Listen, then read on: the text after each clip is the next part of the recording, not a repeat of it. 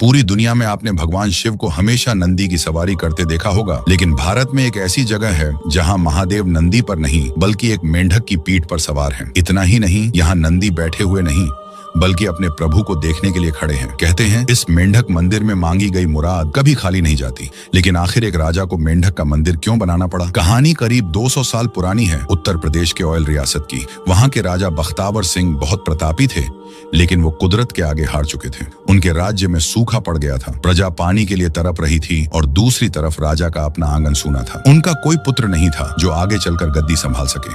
राजा पूरी तरह टूट चुके थे।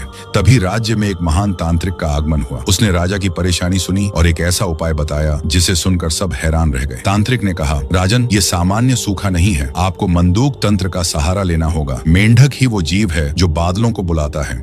आपको एक ऐसा मंदिर बनवाना होगा जो मेंढक की पीठ पर टिका हो। राजा ने तांत्रिक की बात मान ली। निर्माण शुरू हुआ, लेकिन इसमें सीमेंट या चूने का इस्तेमाल नहीं किया गया। इस मंदिर को अमर बनाने के लिए पत्थरों को औरत की दाल और गुड़ के पेस्ट से जोड़ा गया।